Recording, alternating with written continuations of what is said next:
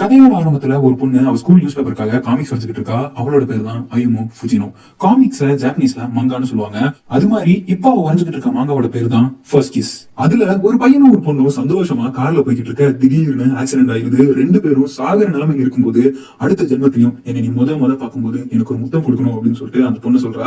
அதை கேட்டு அந்த பையனும் கண்டிப்பா நீ சொன்ன மாதிரியே பண்றேன், இதை நான் உனக்கு பண்ணி கொடுக்குற சத்தியம்னு சொல்லிட்டு அவங்க ரெண்டு பேரும் கிஸ் பண்ணிட்டு அப்படியே அங்க இறந்து போயிடுறாங்க.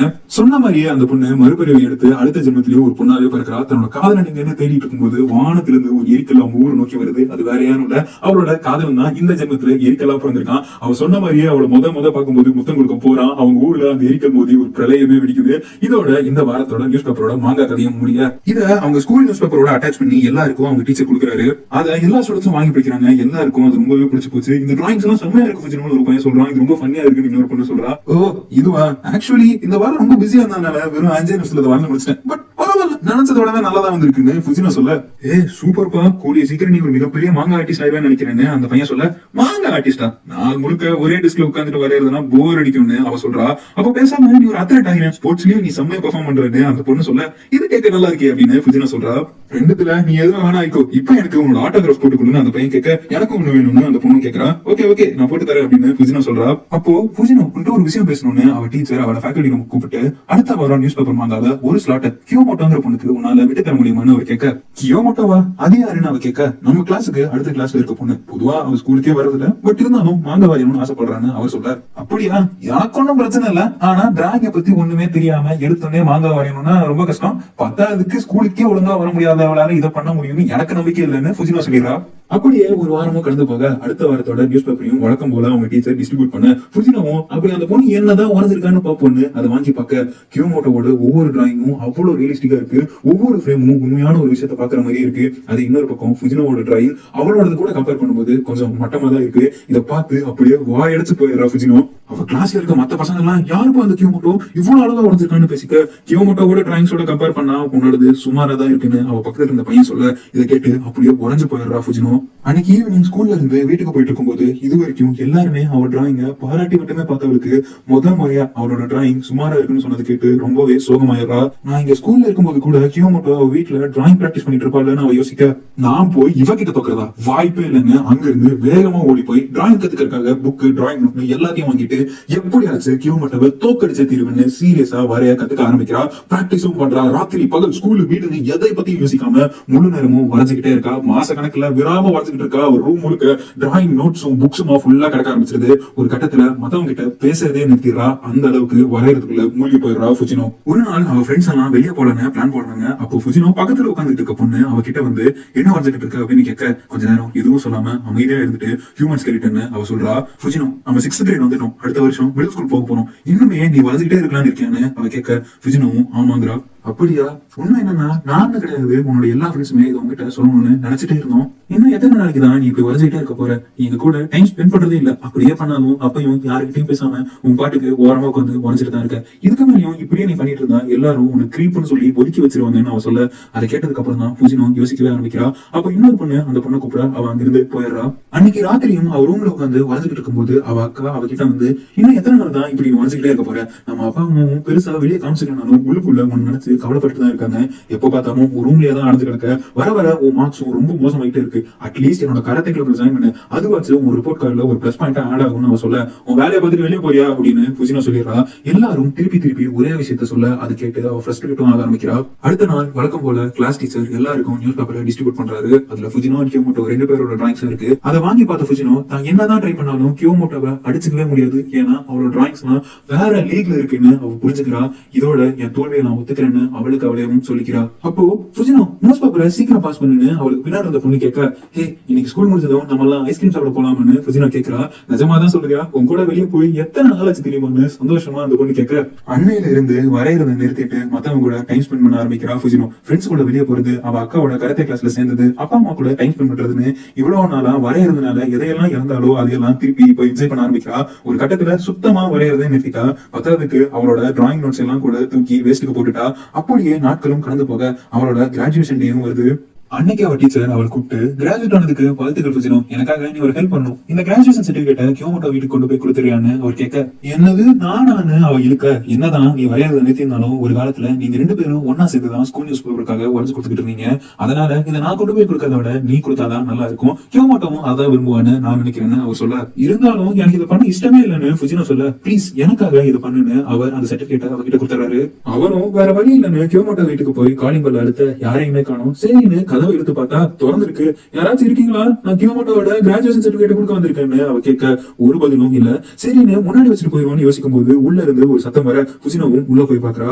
ஒரு ரூம் முன்னாடி ஃபுல்லா டிராயிங் நோட்ஸா இருக்கு. குறைஞ்சது 100 இருந்து 150 நோட் ஆச்சு இருக்கும். இதுதான் கியோமோட்டோட ரூமா இருக்கும்னு அவன் நினைக்கிறா.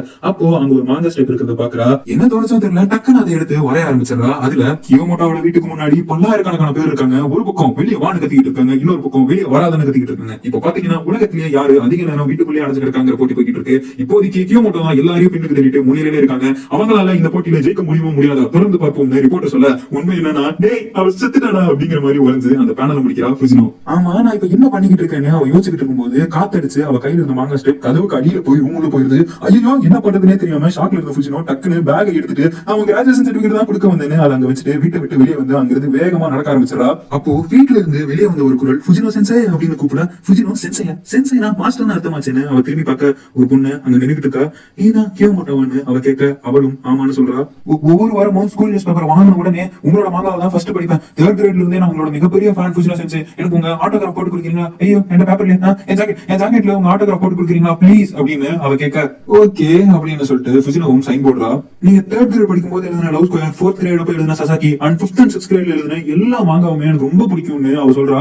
என்னால எப்பயுமே என் ஸ்டெப்ஸை டைமுக்கு முடிக்கவே முடிஞ்சது கிடையாது. ஆனா நீங்க எல்லா வாரமும் கரெக்டா முடிச்சிருவீங்க. ஸ்கூலுக்கும் போயிட்டு மாங்கா ஸ்டெப்ஸையும் கரெக்டா முடிச்சிருவீங்க. எப்படிதான் அதை பண்றீங்கன்னு எனக்கு எப்பவுமே ஆச்சரியமா இருக்கும். குறிப்பிட்டு சொல்லணும்னா 5th கிரேட்ல இருந்தா உங்களோட டிராயிங்ஸும் சரி உங்களோட கதைகளும் சரி பயங்கரமா இம்ப்ரூவ் ஆயிட்டே இருந்துச்சு. அப்பவே எனக்கு கண்டிப்பா தெரியும் நீங்க ஒரு மாங்கா ஜீனியஸ்னு கியோமோட்டோ சொல்ல, இது எல்லாத்தையும் கேட்டுட்டு எந்த ஒரு ரியாக்ஷனும் காமிக்காம அப்படியே நிக்கிறா ஃபுஜினோ. ஆனா நீங்க ஏன் திடீர்னு 6th கிரேட் அப்ப வரையறத நிறுத்தினீங்கன்னு கியோமோட்டோ கேட்க, ஆக்சுவலி ஒரு மாங்கா காம்படிஷனுக்காக என்ன நானே ப்ரிப்பேர் பண்ணிட்டு இருக்கேன். அதுக்கு கதை எழுதுறதுக்காக இந்த வரையறதுக்கெல்லாம் கொஞ்ச நாள் பிரேக் விட்டுட்டேன். அப்பதான் என்னால நெக்ஸ்ட் லெவலுக்கு ஏம் பண்ண முடியும்னு ஃபுஜினோ சொல்ல, மாங்கா காம்படிஷனா வேற லெவல் போங்க, நான் அந்த கதையை பார்த்தே ஆகணும், எனக்கு காமிங்க ப்ளீஸ் ப்ளீஸ்னு கியோமோட்டோ கெஞ்ச.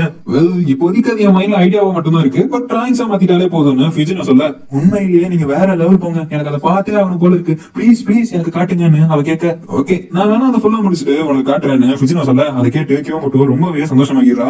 சரி மழை தூர ஆரம்பிச்சிருச்சு, நான் கிளம்புறேன் அப்புறம் பாப்போம்னு ஃபுஜினோ அங்கிருந்து கிளம்ப கியோமோட்டோவும் சந்தோஷமா அவளுக்கு பை சொல்றா. இப்போ நடந்த எல்லா விஷயத்தையும் நினைச்சு பார்த்துட்டு ஃபுஜினோ நடந்து போக கொஞ்சம் கொஞ்சமா சந்தோஷத்துல குதிக்க ஆரம்பிக்கிறா. யார தன்னோட ரைவலா நினைச்சாலோ, யார தோக்கடிக்கிறதுக்காக இவ்வளவு நாள் கஷ்டப்பட்டு உழைச்சாலோ அவளே தன் ஒரு மாங்கா ஜீனியஸ் சொன்னதை நினைச்சு சந்தோஷத்துல துள்ளி குதிச்சு வேகமா வீட்டுக்கு ஓடி போய் திரும்பவும் வரைய ஆரம்பிக்கிறா ஃபுஜினோ.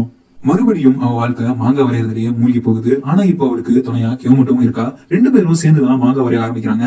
ராத்திரி பகல பார்க்காம ரெண்டு பேரும் விடாம வரைஞ்சுக்கிட்டே இருக்காங்க. கியோமோட்டோ ஸ்கூலுக்கே போக மாட்டா. அதனால நாள் முழுக்க ஃபுஜினோட ரூம்லயே உட்காந்து வரைஞ்சுக்கிட்டே இருப்பா. அது இன்னொரு பக்கம் ஸ்கூலுக்கே போனாலும் அங்கேயே வரைஞ்சுக்கிட்டே தான் இருப்பா ஃபுஜினோ. நாட்கள் பல ஓடுது. ஃபைனலி ஒரு வருஷத்துக்கு அப்புறம் மெட்டல் பரேட் அப்படிங்கிற அவங்களோட ஃபர்ஸ்ட் மாங்காவை முடிச்சு அது ஒரு மாங்கா காம்படிஷன்லயும் சப்மிட் பண்ணலாம்னு ரெண்டு பேரும் முடிவு பண்றாங்க. அதை பார்த்து அங்க வேலை செய்யற ஒருத்தர், உண்மையாவே நீங்க ரெண்டு பேரும் தான் அதை வரைஞ்சீங்களா? 13 வயசான மிடில் ஸ்கூல் ஸ்டூடெண்ட்ஸ் இதை வரைஞ்சாங்க என்னால நம்பவே முடியலன்னு அவர் சொல்ல, ஆனா இதை முடிக்கவே எங்களுக்கு 1 வருஷம் ஆயிடுச்சு. கதையின் கேரக்டர்ஸை நான் பாத்துக்கிட்டேன் அண்ட் பேக்ரவுண்ட்ஸை இவ பாத்துக்கிட்டான்னு கியோமோட்டோவை கை காமிச்சு ஃபுஜினோ சொல்ல, ஒரு மாங்காவை முழுசா வரைந்து முடிக்கிறதுங்கிறதே பெரிய விஷயம். பத்தாவதுக்கு உங்களோட ஸ்டோரி அண்ட் டிராயிங்ஸ் ரெண்டுமே சூப்பரா இருக்கு. குறைந்தபட்சம் உங்களுக்கு 1000% கிடைக்கும்னு நான் அடிச்சு சொல்றேன்னு அவர் சொல்லிடுறாரு. கொஞ்ச நாட்களும் கடந்து போக ஒரு நாள் ராத்திரி பயங்கரமா பனி பொழிச்சுக்கிட்டு இருக்கும்போது கூட அதை எதையுமே பொருட்படுத்தாம அவங்க ரெண்டு பேரும் ஒன்னா நடந்து போய் அந்த மாங்கா காம்படிஷனோட ரிசல்ட்ஸ் பாக்குறாங்க. அதுல அவங்க செகண்ட் பிரைஸ் ஜெயிச்சிடறாங்க. பத்தாவதுக்கு கேஷ் பிரைஸா 1 மில்லியன் yen அவங்களுக்கு கிடைச்சிருக்கு. இந்த விஷயம் தெரிஞ்ச உடனே ரெண்டு பேரும் சந்தோஷத்துல குதிக்க ஆரம்பிச்சிடறாங்க. அதுக்கப்புறம் இங்க பாத்தியா என் அம்மாவோட சேர்ந்து நான் ஒரு பேங்க் அக்கௌண்ட் ஓபன் பண்ணிட்டேன்னு கியோமோட்டோ ஃபுஜினோட்ட காட்ட,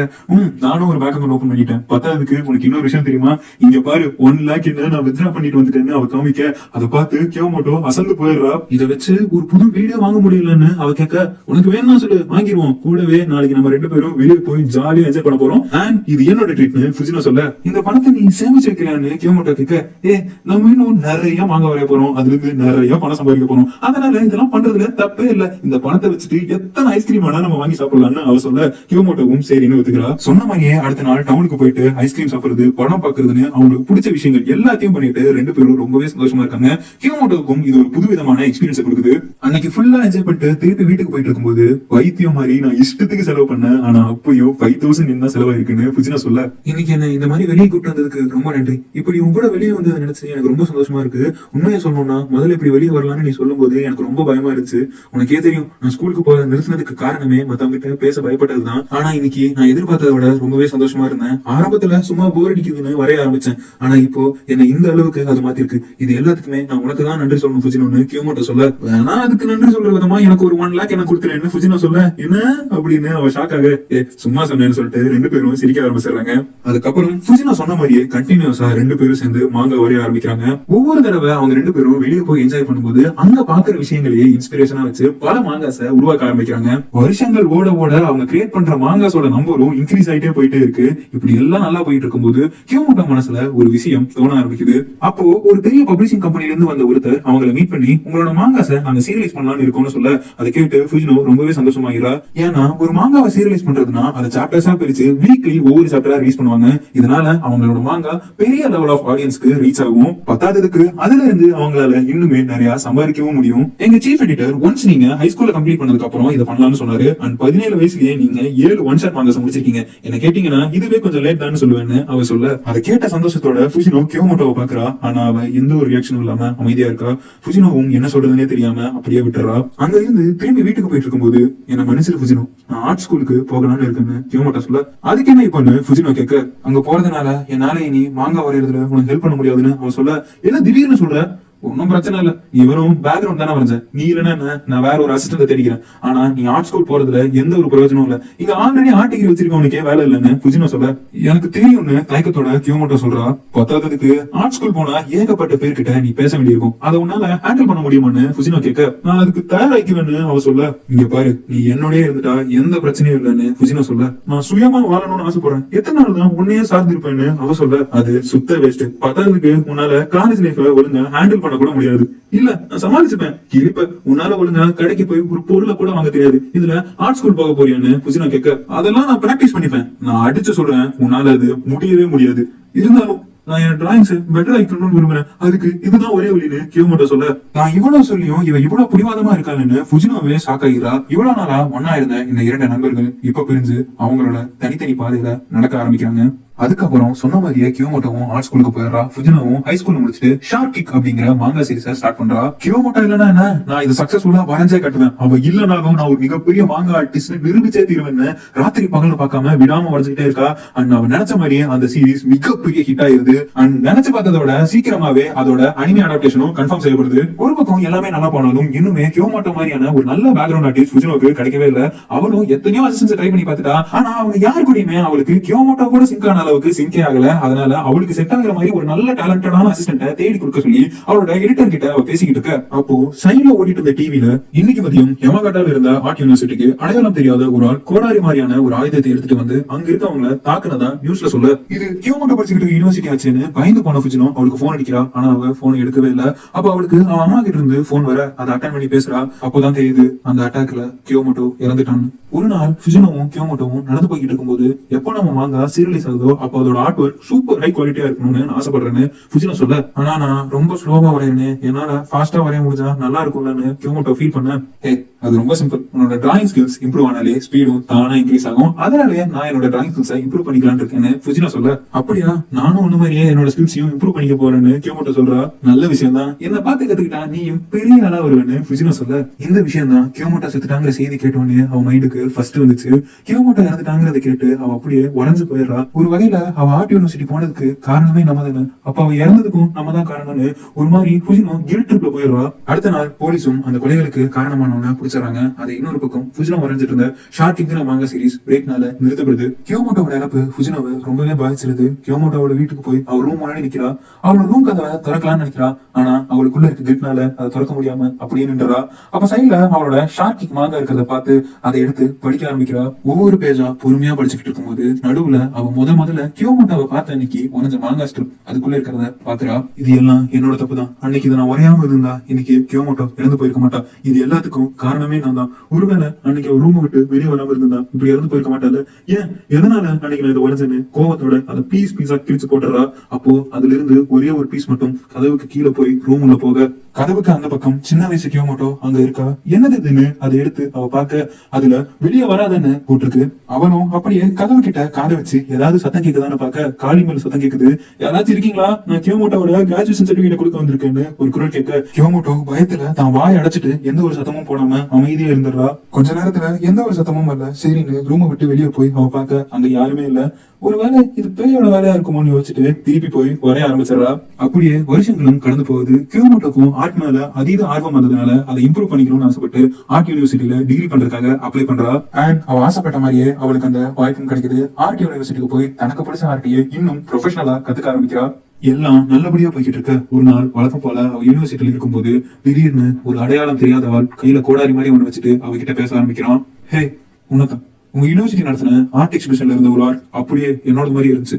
நான் ஆன்லைன்ல போட்ட என்னோட ஆர்ட்டை அப்படியே காப்பி அடிச்சிட்டீங்க தானே. உங்க யாரையும் நான் சும்மாவே விட மாட்டேன்னு கோடாரிய ஓங்கி வீசுறான். கியோமோட்டோ உட்காந்துட்டு இருந்த சோஃபால அது ஆழமா இறங்க ஜஸ்ட் மிஸ்ல கியோமோட்டோ தப்பிச்சிடறா.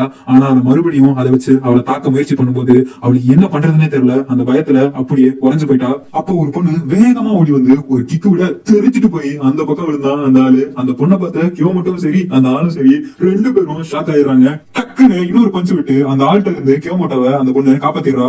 அப்புறம் அங்க போலீஸும் வந்துடுறாங்க. நான் இங்கதான் பக்கத்துல கராத்தே கிளாஸ் அட்டன் பண்ணிட்டு இருக்கேன். வழக்கம் போல நான் ஜாகிங் பண்ணிட்டு போயிட்டு இருக்கும்போது அந்த ஆள் கையில கோடாரி எடுத்துட்டு யூனிவர்சிட்டிக்குள்ள போறத பார்த்தேன்.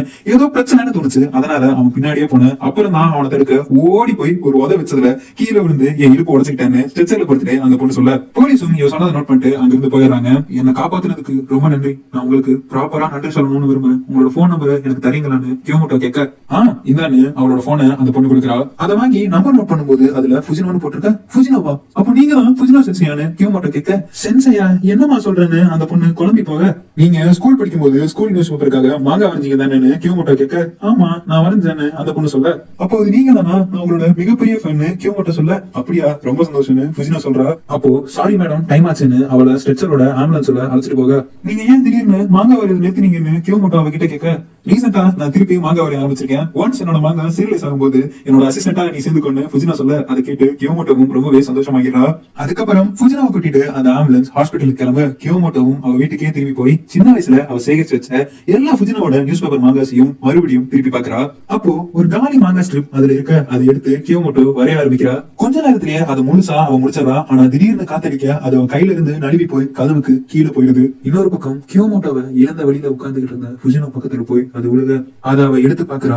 அதுல ஒருத்தன் கையில கோடாரியோட கியோமோட்டோவை கொல்ல வர டப்புன்னு ஃபுஜினோ உள்ள பூந்து அவனுக்கு ஒரு உத கொடுத்து அவளை காப்பாத்திடுறா. உனக்கு எதுவும் ஆகலையே, சரி என் வேலை எங்க முடிஞ்சதுன்னு அவ கிளம்ப அந்த கோடாரி ஃபுஜினோவோட முதுகுல குத்திட்டு இருக்கு. இந்த கதையோட பேரு லுக் பேக் அண்ட் இந்த கதையை வரைஞ்சது கியோமோட்டோன்னு அதுல போட்டிருக்க. அதை பார்த்து ஃபுஜினோ ஷாக் ஆகிடுறா. உன்ன யாரும் இருக்காங்க போலன்னு அவன் மெதுவா கதவை திறந்து உள்ள போய் பாக்குறா. ஆனா அங்க யாருமே இல்ல. ரூம் ஃபுல்லா டிராயிங் நோட்ஸும் டிராயிங் எக்யூப்மெண்ட்ஸா இருக்கு. கூடவே ஃபுஜினோ வரைஞ்ச ஷார்க்கிக்கோட எல்லா சாப்டர் மாங்காஸும் அங்க இருக்க. அதோட போஸ்டரையும் அந்த ரூம் சுவத்துல கியோமோட்டோ ஒட்டி வச்சிருக்கா. அண்ட் அவங்க முத மீட் பண்ணப்போ ஃபுஜினோ ஆட்டோகிராஃப் போட்டு கொடுத்த ஜாக்கெட்டை அவ இன்னுமே பத்திரமா வச்சிருக்கா. தன்னை விட்டு என்னதான் அவ போயிருந்தாலும் கியோமோட்டோ இன்னுமே அவளோட ஃபேனா தான் இருந்திருக்கான்னு அவளுக்கு புரிய. அப்போ ஃபுஜினோ கியோமோட்டோ கிட்ட சொன்ன ஒரு விஷயம் அவளுக்கு ஞாபகம் வருது. எனக்கு இந்த மாங்கா வரையறதெல்லாம் அவ்வளவுக்கா பிடிக்காது. ஜாலியாவும் இருக்காது, ஃபன்னாவும் இருக்காது. நாள் முழுக்க வரைஞ்சுக்கிட்டே இருந்தாலும் வேலை முடிஞ்ச வேலையே இருக்காது. நான் இதை படிக்கிறதோட நிப்பாட்டி இருக்கணும்னு ஃபுஜினோ சொல்ல அதை கேட்டு அப்ப ஏன் நீ மாங்கா வரையணும்னு கியோமோட்டோ கேட்க அப்போ அவ முதல்ல கியோமோட்டோவை பார்த்ததுக்கு அப்புறம் ஒரே ஆரம்பிச்ச நினைவுகள் அவளுக்கு வருது. அந்த மாங்காவோட ஃபர்ஸ்ட் டிராஃப்ட கியோமோட்டோ கிட்ட காமிச்சது. அதை பார்த்து அவ ஆச்சரியப்பட்டது. அதுக்கப்புறம் அவங்க ரெண்டு பேரும் சேர்ந்து சேர்ந்து ஒன்னா வரைய ஆரம்பிச்சது. அந்த மாங்காவை வரைய வரைய அவங்க 2 பேரும் நல்ல நண்பர்களானது. அதை முடிக்கும் போது கியோமோட்டோ முகத்துல இருந்த சந்தோஷம்னு அவங்க 2 பேரும் ஒன்னா இருந்த தருணங்கள் எல்லாமே ஃபுஜினோட நினைவுக்கு வருது. இது எல்லாத்தையுமே அங்கிருந்த அவரோட ஷார்டிக் மாங்காவை படிச்சுட்டே நினைச்சு பார்த்து மனசு விட்டு அழுகுறா ஃபுஜினோ. இதையெல்லாம் நினைச்சு பார்த்துட்டு அவ இது வரைக்கும் ரிலீஸ் பண்ண எல்லா மாங்கா சாப்டர்ஸையும் அங்கேயே ஃபுல்லா படிச்சு முடிச்சுட்டு அதுக்கப்புறம் அங்கிருந்து கிளம்பி அவ வழக்கமா மாங்கா வரைய ஸ்டுடியோக்கே போய் அவளுக்கு முன்னாடி இருந்த கிளாஸ் வால்ல ஒரு 4 பேனல் மாங்கா ஸ்டிப்பை ஒட்டிட்டு திரும்பவும் அவ விட்ட இடத்துல இருந்து மாங்காவை வரைய ஆரம்பிக்கிறா. இதோட இந்த கதையும் முடியுது.